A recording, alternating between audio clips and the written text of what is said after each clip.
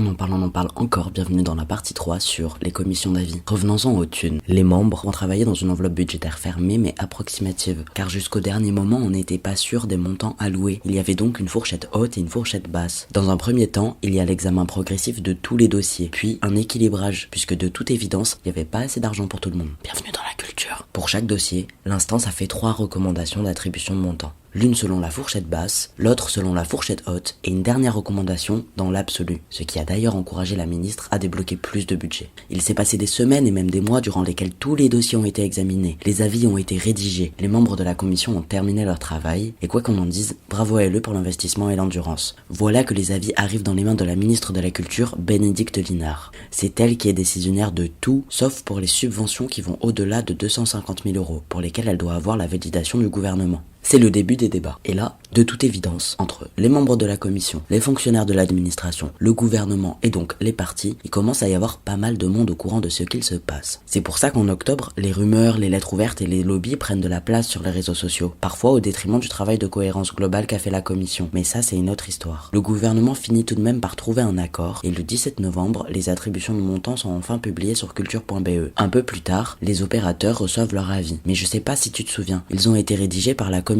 Donc il arrive que l'avis de la commission et l'attribution finale ne correspondent pas, parce que la commission n'est en aucun cas décisionnaire. Et voilà que presque un an s'est écoulé entre le moment où tu as déposé ton dossier et le moment où tu signes ton contrat et tu reçois ta subside. Et pendant tout ce temps-là,